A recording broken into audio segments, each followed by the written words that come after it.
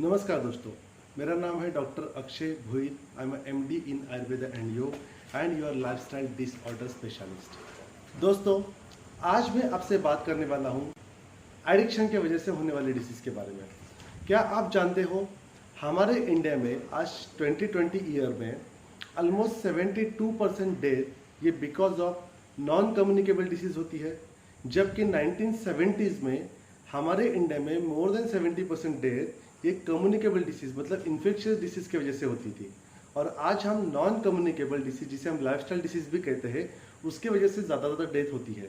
इसमें heart disease, cancer, kidney disease, lung disease, PCOD, hormonal imbalance, migraine, ऐसे बहुत सारे डिसीज का समावेश किया गया है।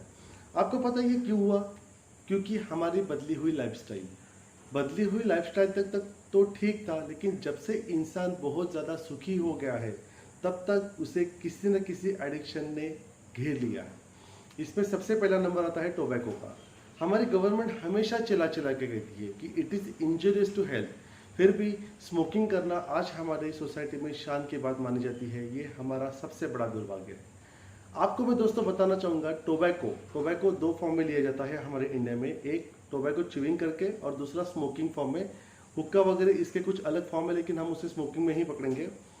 आपको मैं बताना चाहूँगा कि जब आप स्मोक करते हो तब जब ये टोबैको बर्न होता है, जब उसे इनलाइट करते हो, तो ये बर्न होने के बाद, जलने के बाद उसमें 7000 अलग अलग केमिकल्स फॉर्म होते हैं। Can you imagine? 7000 अलग अलग केमिकल्स फॉर्म होते हैं, जिसमें से 69 केमिकल्स जो है वो कार्सिनोजेनिक प्रॉपर्टी कैरी करते हैं। कार्सिनोजेनिक मतलब कैंसर की प्रॉपर्टीज कैंसर कैरी करते हैं, जिससे आप में कैंसर होने के मैक्सिमम पॉसिबिलिटीज होते हैं। दोस्तों, मैं आपको बताना चाहूँगा कि इस तरह का टोबैको च्यूइंग करने की वजह से आपके बॉडी में कैंसर होने के मैक्सिमम चांसेस है। इसी के साथ और भी कुछ कारण, जैसे कि स्ट्रोक, हार्ट डिसीज और बहुत सारी चीज़ें, हाइपरटेंशन है, ऐसी बहुत सारी चीज़ों का सामना आपको करना पड़ सकता है। आपको पता है ये काम कैसे करता है? जब आप टोबैको आपके टंग पे रखते हो, मोस्ट ऑफ द लोगों को आप ठीक से देखना, जो टोबैको खाते हैं वो उन्हें अपने टंग के ऊपर रखते हैं और चूसते रहते हैं या फिर चबाते रहते हैं। और जो स्मोकिंग करते हैं वो धुआं लेते हैं और छोड़ते हैं, तो धुआं लंग्स में लेते हैं। इसमें दो चीज़ें होती हैं। जब आप टोबैको आपके टंग पे रखते हैं तो टंग में जो टिश्यूज़ है वो टिश्यूज़ टोबैको के इंग्रेडिएंट को एब्जॉर्ब कर लेती है और एब्जॉर्ब करके सीधा उसे ब्लड स्ट्रीम में पहुंचा देते हैं, और जहां से वो सीधा ब्रेन में चला जाता है। और इसी के वजह से जब वो ब्रेन में चला जाता है तब ब्रेन में दो तरह के केमिकल होते हैं जो केमिकल को डिस्टर्ब कर देती है। इन केमिकल का नाम है डोपामाइन और नियोएड्रेनालिन। ऐसी दो तरह की केमिकल्स होती है जिसे वो इम्बैलेंस कर देता है। इम्बैलेंस करने की वजह से वो जो पर्सन है उसे कुछ अच्छा महसूस होने लगता है, वो कुछ अलग दुनिया में चला जाता है। इसलिए देखो, जो लोग टोबैको के लिए एडिक्टेड है, उन्होंने टोबैको खाते ही उन्हें अच्छा लगने लगता है, अच्छा महसूस होने लगता है। जो लोग स्मोकिंग करते हैं उनमें ये एब्जॉर्ब होकर आपके ब्रेन के पॉइंट को इम्बैलेंस कर देता है, और यही दोनों केमिकल प्रॉपर्टीज को इम्बैलेंस करने की वजह से वो अलग दुनिया में चला जाता है, जिससे वो लोग कहते हैं कि एक कश मारने के बाद उन्हें अच्छा महसूस होता है। और ये याद रखना, ये जो उनमें इफेक्ट है ये वर्चुअल इफेक्ट है, ये रियलिटी नहीं है, क्योंकि इस तरह की चीज़ों की वजह से आप उस मादक द्रव्य के व्यसनाधीन हो जाते हो। दूसरी चीज़ ऐसी होती है कि जब आप स्मोकिंग करते हो तो आपके लंग्स में जो छोटे छोटे कोशिका, ये छोटे छोटे सेल्स है जिसे हम अल्वेओलास कहते हैं, वहाँ पे वो एब्जॉर्ब होकर वहाँ में कार्बन डिपॉजिट कर देते हैं, और कार्बन डिपॉजिट करने के वजह से हमारे लंग्स काम करना बंद कर देते हैं। बिकॉज हमारे लंग्स ऑलरेडी, हमारे हार्ट में जो इम्प्योर ब्लड आता है उस इम्प्योर ब्लड को लंग्स की तरफ भेजा जाता है, और लंग्स उसमें का कार्बन एब्जॉर्ब करके उसे ऑक्सीजन देते हैं, जो ऑक्सीजन हमने लिया होता है। इसे केमिकल प्रॉपर्टीज कहते हैं, केमिकल रिएक्शन कहते हैं। इस केमिकल रिएक्शन की वजह से ऑक्सीजन ब्लड की तरफ चला जाता है, वहाँ का कार्बन लंग्स ले लेता है और हम उसे कार्बन डाइऑक्साइड के फॉर्म में छोड़ देते हैं। हम ऑलरेडी जितना कार्बन वहाँ पे डिपॉजिट करेंगे उतना वहाँ के टिश्यूज डैमेज होना शुरू हो जाते हैं, और डैमेज होने की वजह से लंग्स की कैपेसिटी डे बाय डे खत्म होने लगती है, और हमारा ब्लड प्यूरिफाई होने के परसेंटेज डे बाय डे कम हो जाते हैं। इससे होता क्या है कि हमारे बॉडी को इम्प्योर ब्लड सप्लाई होना शुरू हो जाता है। हमारे ब्लड को, क्योंकि वो ऑलरेडी हमारे टंग्स में से एब्जॉर्ब होने की वजह से ब्लड स्ट्रीम में जा चुका है, लंग्स में से भी लेस ऑक्सीजन उसे मिल रहा है, ये इम्प्योर ब्लड, इम्प्योरिटीज पूरे बॉडी में फैलने लगती है। इम्प्योर ब्लड का सप्लाई होने की वजह से वो इंसान चिड़चिड़ा हो जाता है और फिर उसे कुछ कष्ट लेने के बाद ही रिलैक्स फील होने लगता है, और इसे हम कहते हैं हमारी भाषा में एडिक्शन।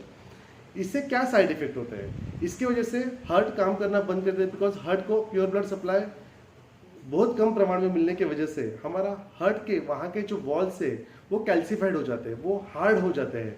वो जितना सॉफ्ट रहे उतना वो अच्छे से फ्लेक्सिबली काम कर सकते हैं, बट हार्ड होने की वजह से, कैल्सिफाइड होने की वजह से उनके फंक्शन में प्रॉब्लम आने लगते हैं, और जिससे हम कहते हैं हाइपरटेंशन, फिर स्ट्रोक, हार्ट डिसीज, इसके तरफ वो पेशेंट बढ़ने लगता है।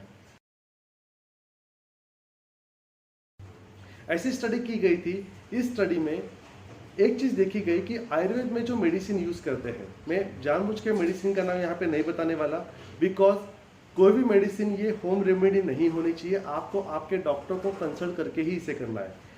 एक स्टडी ऐसी की गई जिसमें आयुर्वेद की कुछ अलग अलग मेडिसिन को जो एडिक्टेड पेशेंट है उनमें यूज किया गया। सबसे पहले इन्हें काउंसलिंग करके इनमें एडिक्शन को छोड़ा गया और इनमें आयुर्वेद की मेडिसिन को यूज किया गया। इसमें की कुछ मेडिसिन जो थी वो आपके डिसइंटीग्रेट होने के बाद आपके स्टमक में जाती है, और डिसइंटीग्रेट होने के बाद हर आपके माइक्रोसेल तक पहुंचती है, और वहाँ का जो कार्बन है जो ऑलरेडी डिपॉजिट हो चुका था उसके साथ कंबाइन होकर उस कार्बन को हमारे इंटेस्टाइन से बाहर निकाल देती है, एक्सक्रीट करके बॉडी से बाहर फेंक देती है, जिसके वजह से हमारी बॉडी में जो टॉक्सिन थे, ऑफकोर्स कार्बन को हम अभी यहाँ टॉक्सिन कहेंगे, इस टॉक्सिन्स को बाहर निकाल के बॉडी को डिटॉक्सिफाई करने में हेल्प कर देती है, जिससे हमारा ब्लड भी प्यूरिफाई होना स्टार्ट हो जाता है। लिवर का मेटाबॉलिज्म बहुत अच्छी तरह काम करने लगता है, और इससे हमारी बॉडी अगेन नॉर्मल पे आती है, ऐसा साइंटिफिकली प्रूव हो चुका है। और इसमें से कुछ ड्रग तो दोस्तों ऐसे भी है जो कार्सिनोजेनिक जो एक्टिविटी है उस टोबैको की, इसको भी नलीफाई कर देती है। मैं जानबूझकर उन ड्रग का नाम यहाँ पर नहीं ले रहा हूँ, मैं अगेन रिपीट कर रहा हूँ, बिकॉज मैं नहीं चाहता कि आप किसी भी तरह की होम रेमेडीज करो। बट मेरा खुद का प्रैक्टिस का एक्सपीरियंस ये कहता है कि अगर आपको आयुर्वेद की इन मेडिसिन को अप्लाई करना है तो उसके पहले go for detoxification process, because study में ये जरूर बताया गया कि ये मेडिसिन आपके बॉडी को डिटॉक्सिफाई करती है, और डिटॉक्सिफाई करने का बहुत अच्छा तरीका आयुर्वेद में बताया गया है। आयुर्वेद में वमन, विरेचन, बस्ती, नस्य, रक्तमोक्षण जैसे डिटॉक्सिफिकेशन की प्रोसेस बताई गई है। इसके दो फायदे होते हैं, एक तो आपका टॉक्सिन बाहर निकल गया, दूसरा सबसे इम्पोर्टेंट, आपके बॉडी में जितने भी एक्सटर्नल लेयर थी, इंटेस्टाइन की होगी, एब्डोमिनल गट की होगी, ये अभी क्लीन हो चुकी है। देखो, हम अगर बेसिन में रोज पानी डालेंगे तो उसमें भी एक लेयर फॉर्म हो जाती है, ये लेयर अच्छी नहीं होती।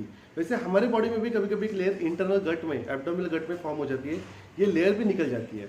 इसके परिणामवश हम जो कुछ खाने वाले हैं, फिर आपका वो टोबैको हो या फिर मेडिसिन हो, वो इजीली एब्जॉर्ब होकर पेनिट्रेट हो जाती है। और यहाँ पे आयुर्वेद ने रसायन चिकित्सा बताई, जिसे हम रिजुनेशन थेरेपी कहते हैं।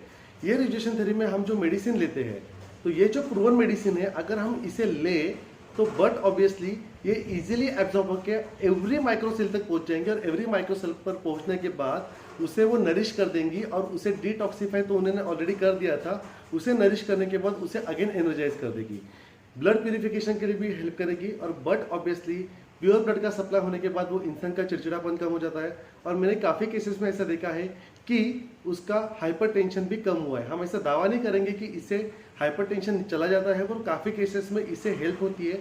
इसमें फर्दर स्टडी एक्सपेक्टेड है, नो डाउट।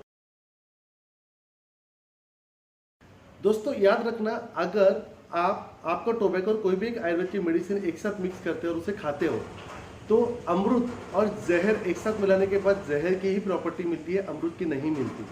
और इसलिए आप अगर दिन में 4 से 5 बार अगर टोबैको खाओगे और कोई भी मेडिसिन 2 टाइम लोगे, तो इसमें मेडिसिनल प्रॉपर्टी को आपका टोबैको किल कर देता है। इवन आपके स्मोकिंग में भी टोबैको है, इसलिए मैं स्मोकिंग पे ज़्यादा जोर नहीं दे रहा हूँ, मैं टोबैको पे जोर दे रहा हूँ।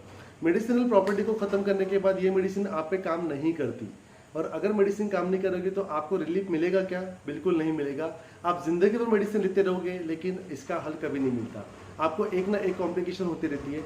इसलिए सबसे आसान है कि ऐसी चीज़ को खाना है कि जिससे आपकी बॉडी खराब हो रही है, बॉडी को डिटॉक्सिफाई करो, रिजिनिवेट करो with the help of Ayurveda. देखना आप पहले जैसे 80% नॉर्मल पे आ जाते हो। Of course further study required. दोस्तों ऐसे और इस तरह के और वीडियो के साथ हम आपको ज़रूर मिलेंगे और इसमें और जानकारी दे लेंगे। तब तक के लिए थैंक यू, धन्यवाद, नमस्कार।